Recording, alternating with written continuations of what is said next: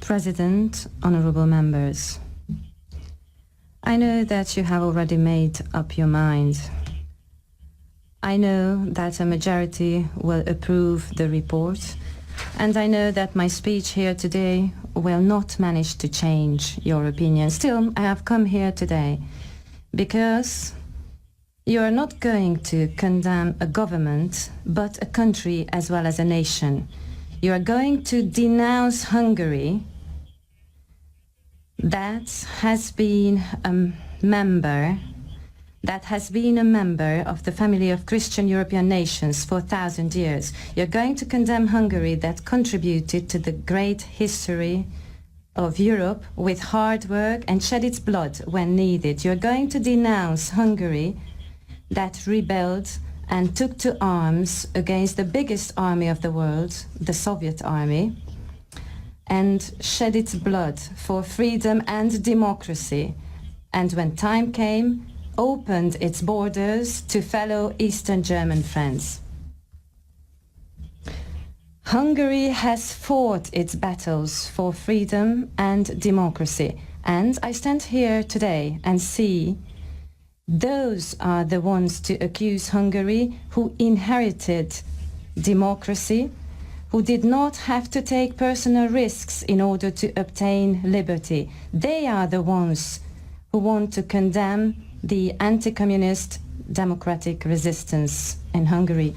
Honorable members, I stand here in front of you and I defend my country because for Hungarians, liberty, democracy, independence and Europe are questions of honor. This is why I say that the report in front of you insults Hungary and insults the honor of the Hungarian nation. Hungary's decisions are taken by voters at parliamentary elections, and you state nothing less, but that Hungary is not reliable enough to decide what is in its interest. You believe you know better than Hungarians themselves what they need. Therefore, I have to say that this report does not give due respect to Hungarians. This report uses double standards, abuses power, and goes beyond competences. Its methodology, its approval, violates the treaty. Honorable members, in Hungary, democracy and liberty are not political issues but moral ones.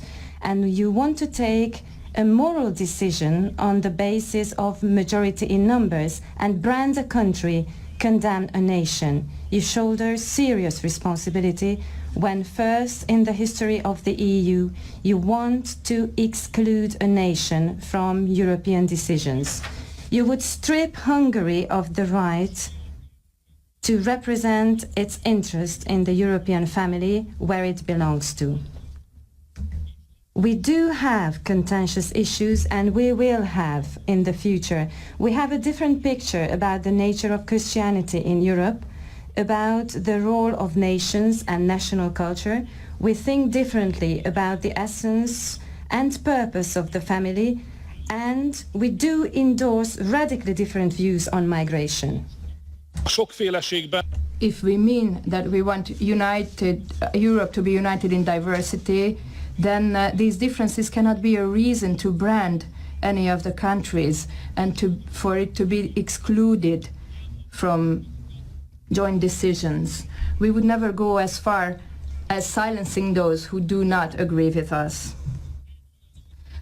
President, you want to exclude a country which made clear decisions in the European elections. In 2009, a majority of 56%, and in 2014, a majority of 52% voted for us. We are the most successful party of the European Parliament. Our opponents, socialists and liberals, are not happy to see our success. This is understandable, but to take revenge on Hungarians because they did not choose them is not fair and it's not worthy of Europeans. This report was written by people who are not clear on basic facts. The report accepts that there was no investigation of facts, there was no official delegation sent to Hungary. The report contains 37 serious factual misrepresentations, of which we sent a document of 108 pages to every member of this House. Our union is held together because we settle disputes in a regulated manner. I have entered into accords and compromises with the Commission on the media law, on the judicial system, and on some passages of our Constitution. This report is a breach of agreements made years ago. If you can do this and you can breach these agreements, what's the point in making agreements with any European institution? What you are doing here is a slap in the face of the Union and of constructive dialogue. Every nation, every member state has the right to organize its life in its own country. We will protect our borders and we will decide who to live together with. We have built a fence, we have stopped illegal migrants, hundreds of thousands of them. We have defended Hungary and we have defended Europe. This is the first case in the history of Europe when a community condemns its own border guards. President, let's be straightforward with each other. Hungary is going to be condemned because Hungarian people have decided that this country is not going to be a country of migrants. With all due respect, but very firmly, I have to refuse the threats, the blackmailing, the defamation by forces supporting immigrants and migrants against Hungary and Hungarian people. I must state that whatever your decision will be, Hungary will not accede to this blackmailing. Hungary will protect its borders, stop illegal migration, and will defend its rights. If needed, we will stand up to you too. We stand ready for the elections next May, where people can decide on the future of Europe and restitute democracy to European politics. Thank you very much.